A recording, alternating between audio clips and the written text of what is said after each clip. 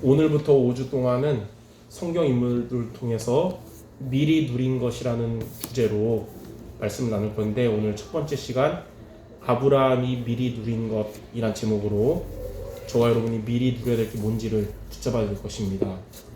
첫 번째로 아브라함은 불신앙을 할 수밖에 없는 환경이 놓이게 됐어요. 창세기 12장 1절에 보니까 하나님이 아브라함에게 너는 너의 고향과 친척 아비집을 떠나서 내가 내게 지시할 땅으로 가라. 이때 당시는 족장시대라서 자기 족장을 떠나가면 생명이 보존되지 못하는, 안전 보장이 안 되는 시대였어. 거기다가 아버지가 베라가 셈의 자손, 그리스도가 오실 언약의 대임에도 불구하고 먹고 사는 것 때문에 우상을, 갈대아 우르에서 우상의 나라 도시에서 우상을 만드는 일을 하면서 돈을 잘 버는 사람이었어.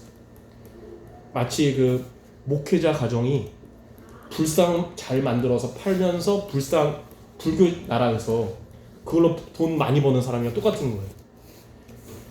어쨌든 먹고 사는 거에는 문제가 없었어요. 근데 이런 가문을 떠나서 아무것도 없는 데로 맨 땅에 헤딩하러 가라니까 당장의 의식주 문제 때문에 아무리 언약 잡고 결단하고 이제 다 버리고 가나안 땅을 향해 왔던 아브라함이라 하더라도 현실에 먹고 사는 문제에 직면하니까 불신앙할 수밖에 없는, 그래서 또 애굽 가서 고생하고 또 조카 롯을 대를 이으려고 데려오고 여러 가지로 이렇게 한 겁니다.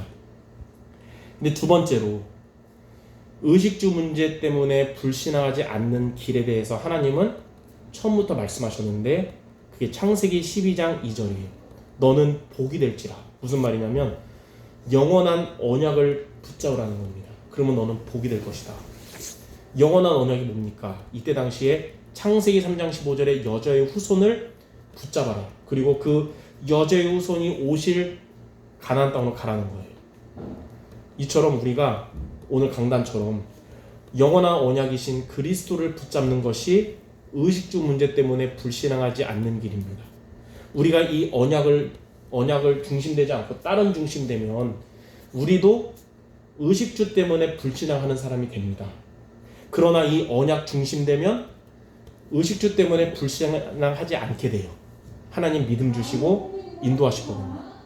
그래서 아브라함이 그래도 처음에는 이거 중심이 안 되니까 애굽에 가서 먹고 살기 위해서 갔다가 고생하고 또 돌아와서도 고생을 했는데, 창세기 13장 18절에 언약으로 단을 쌓은 이후부터는 언약 중심 됐어요. 그때부터는 아브라함이 흔들리지 않았습니다. 이렇게 불신앙을 언약으로 바꾸면 그때부터는 시대적 언약을 이루게 됩니다.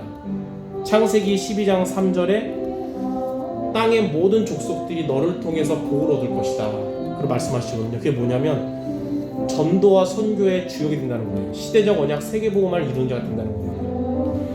영원한 언약을 붙잡으면 불신앙하지 않고 영원한 언약 그리스도를 붙잡은 자를 통해 하나님은 전도가 되어지는 축복을 주신다는 거예요. 여러분들이 기도하고 있는 가족 복음화, 현장 복음화, 그리고 237 나라 복음화의 언약을 이루는 길은 바로 영원한 언약을 붙잡고 여러분이 인도받는 것입니다.